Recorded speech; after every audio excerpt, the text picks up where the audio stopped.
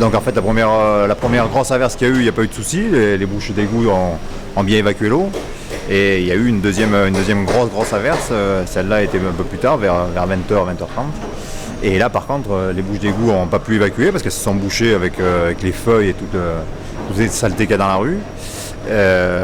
Et donc le niveau d'eau est monté très vite et toute la rue, tous les commerçants ont été inondés. Alors moi ça fait 14 ans que je suis là et c'est la 3e fois là. Donc en fait depuis un petit moment ça fait 3 fois rapproché en fait. Voilà, là la dernière fois c'était au mois de juin de cette année. Et là ça fait pendant 10 ans on n'a rien eu et là vraiment là maintenant c'est dès qu'il pleut très fort on est inondé quoi. On ne sait pas pourquoi.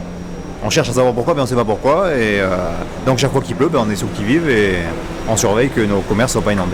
Ah tout le monde était là ouais. Ah oui le maire est passé, oui, les pompiers, tout le monde est là quoi, mais bon, personne ne peut rien faire.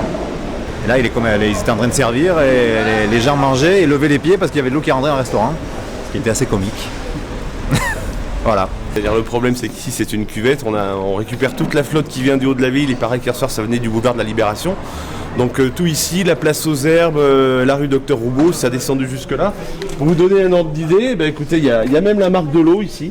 Ça venait jusque là, donc 40-50 cm. Il y avait vraiment de la flotte partout, tous les commerçants étaient inondés. Bon, d'ailleurs à ce sujet, il y a eu une forte solidarité de la part et des habitants des immeubles et des commerçants. On était tous hier soir.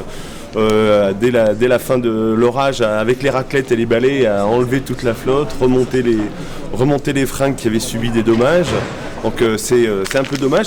Bon, je ne suis pas un technicien, mais il y a peut-être quelque chose à faire au niveau de la largeur des bus, de l'évacuation. C'était assez récurrent, puisque c'est la 2e fois cette année que ça arrive. On a eu ça au mois de juin, lors des fortes inondations. L'année dernière, à peu près à la même période, à la fin de l'été, quand il y a eu des gros orages. Et là, 2e fois en 3 mois.